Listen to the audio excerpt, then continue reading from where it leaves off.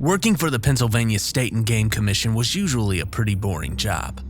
My title was actually Wildlife Conservation Officer, but most people just called it Game Warden because that's way less of a mouthful.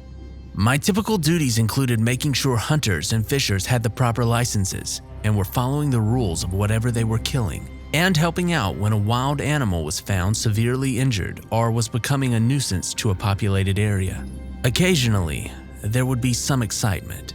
After all, I was technically a cop and was able to act as such. My least favorite form of excitement was when someone would get lost in the woods.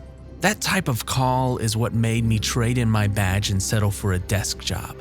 Now, the Game Commission is not a search and rescue unit. We do get first aid training, but it's minimal.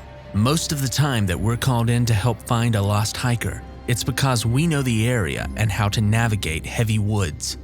In this case, myself and Jenny, another game warden, had been called in to help local police handle a call for help in a thick patch of woods that fell in our jurisdiction. Jenny and I arrived at the Dinky police station at around 4 p.m. We were taken back into a conference room where some officers and volunteers had gathered.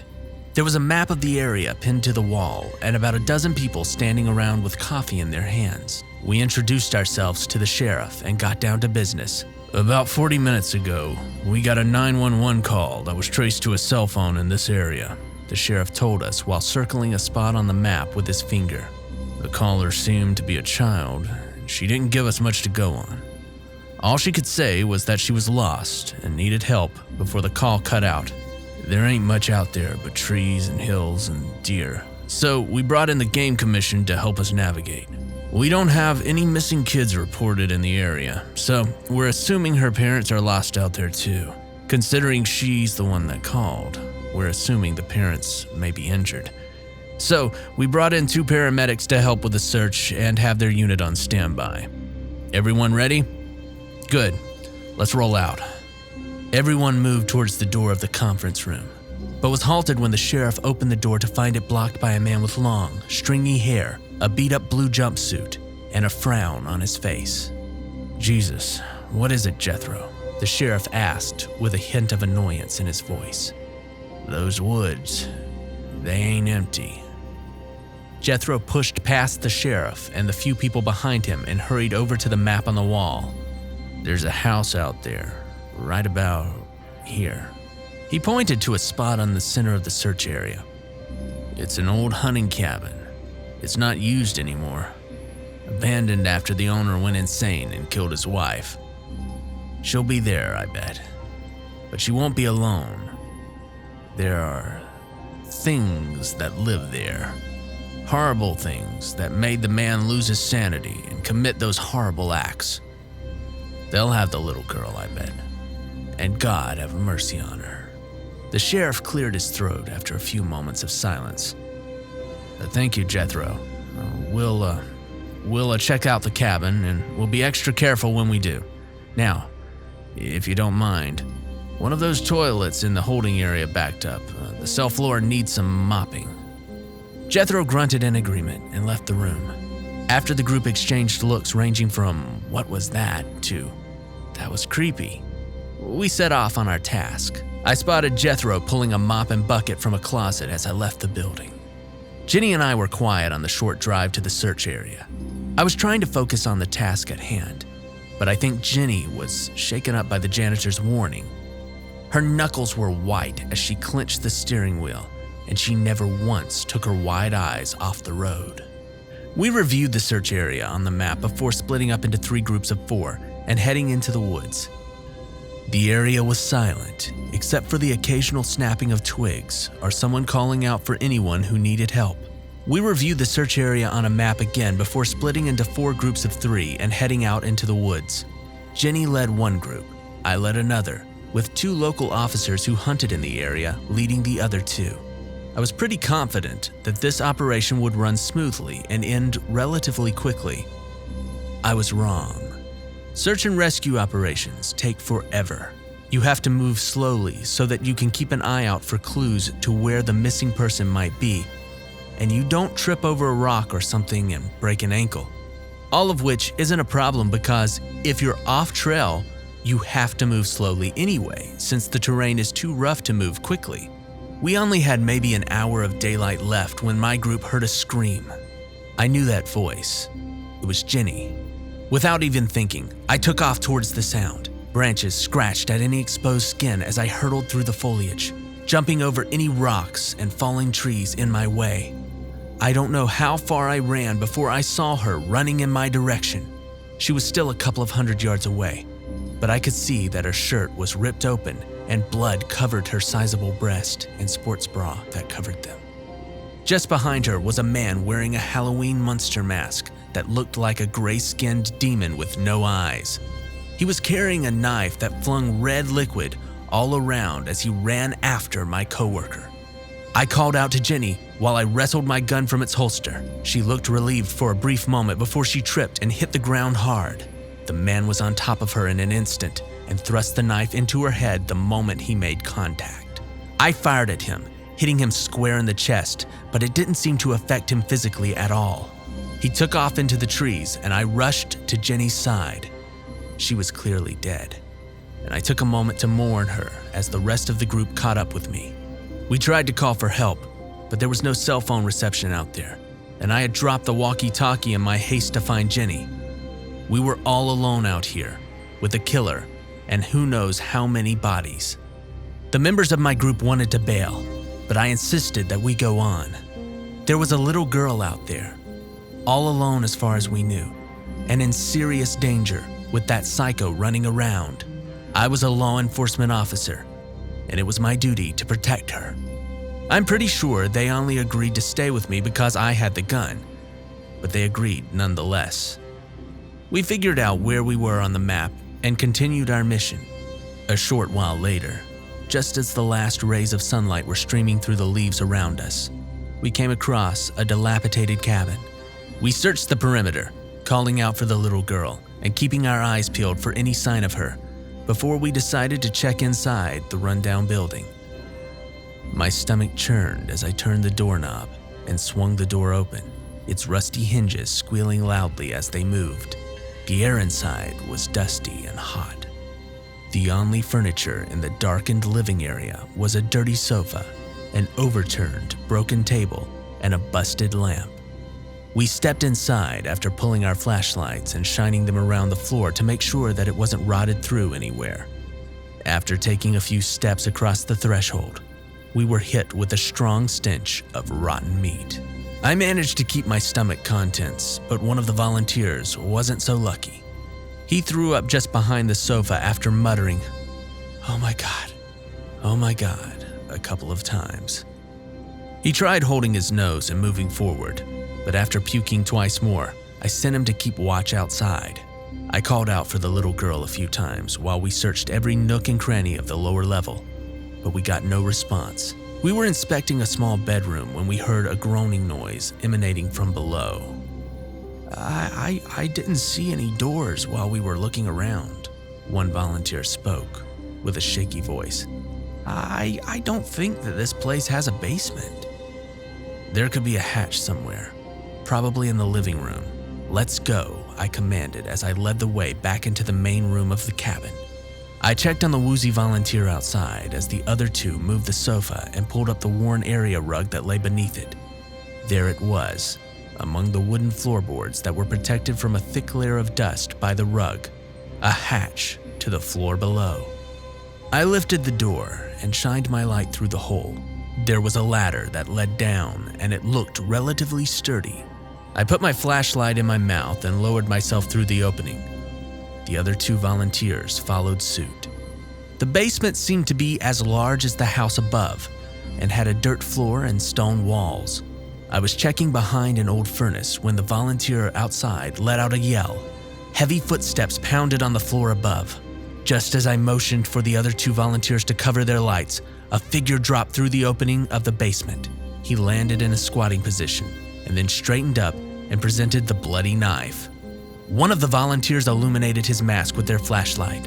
The beam made the empty eye sockets look deeper and more menacing than before.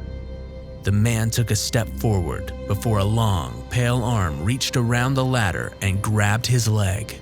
It pulled him to the floor, and into the shadows on the other side of the room. We ran for the ladder as we heard our would-be assailant scream. I'll never forget the sound of his bones breaking, one by one. The first volunteer cleared the opening above, and the second was halfway up the ladder when the hatch slammed shut. I let out a stream of cuss words as the second volunteer dropped to the ground and screamed. We stood back to back, shining our flashlights around us, trying to find the thing that had nabbed our attacker. The silence became deafening as we frantically swung our lights over old furniture and beat-up boxes.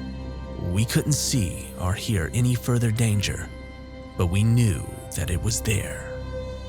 After an eternity, there was a short thud, followed by the basement flooding with light.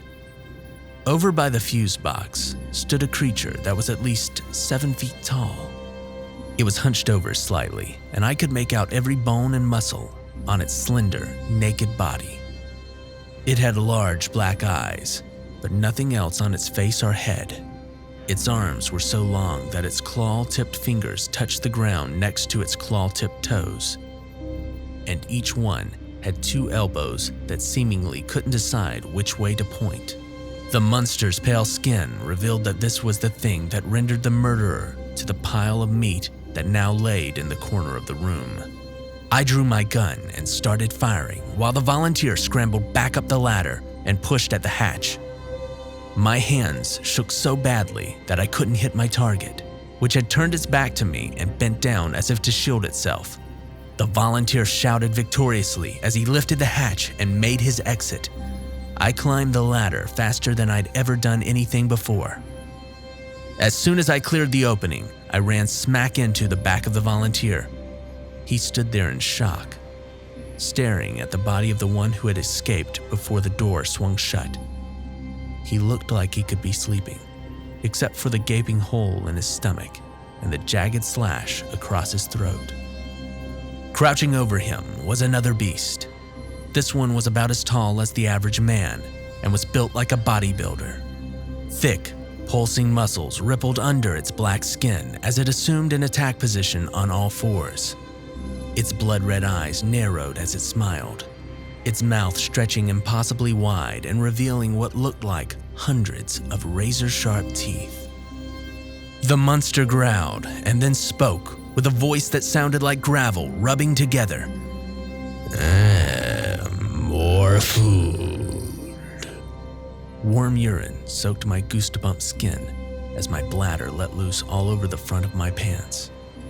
The remaining volunteer and I sprang into action at the same time. The creature was blocking the door, so we scrambled to the bedroom and slammed the door behind us. I pushed the dresser in front of the entrance, and the volunteer pushed the bed against that. There was only one window in the room, and we frantically tried to pry it open as the beast pounded against the door. I prayed that our barricade would hold it as I heard wood split and splinter. My prayers were answered when the banging stopped. It was followed by a loud yelp and what sounded like something crashing around the living room. After what seemed like forever, the noises stopped completely. Whatever was happening seemed to be over. The volunteer and I stood in shocked silence, breathing heavily and afraid to move. We both stared at the barricade. Part of me wanted to push past it and run for the hills while it seemed to be safe, but the other part was resigned to stay put. A few minutes passed quietly before we heard light footsteps approach the door. "You can come out now.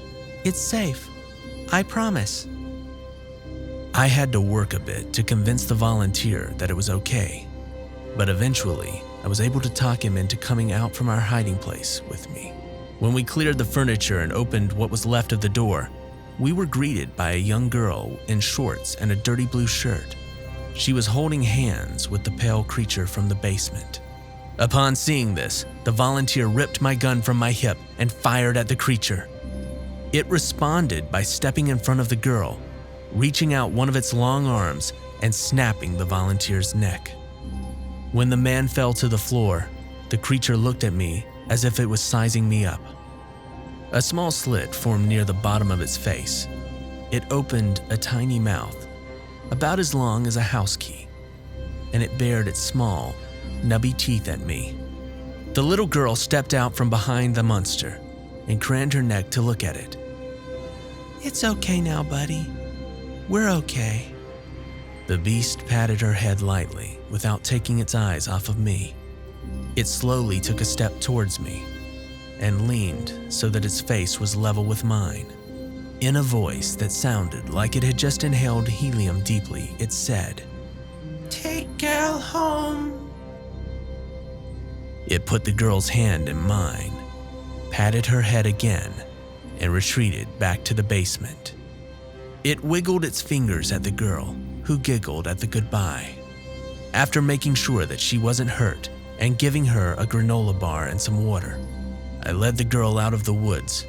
Her parents, who had gotten lost while searching for the girl when they got separated, were waiting for us at the parking lot. They were accompanied by what I'm assuming was every cop, paramedic, and fireman in the county. The search for the 2 missing rescue groups was called off for the night and resumed when daylight returned. No one could find the cabin again for some reason, but several bodies were discovered. I told the investigators about Jenny's demise and finding the little girl, but kept my encounter with the monsters to myself. They questioned me for a long time about how I managed to get separated from my group, but I managed to keep my story straight while insisting that I just lost track of them while running to help my fallen comrade. Once they let me go, satisfied that I wasn't involved in any wrongdoing, I told my boss that I had had enough of the game commission. I never wanted to be a pencil pusher, but it's a lot safer.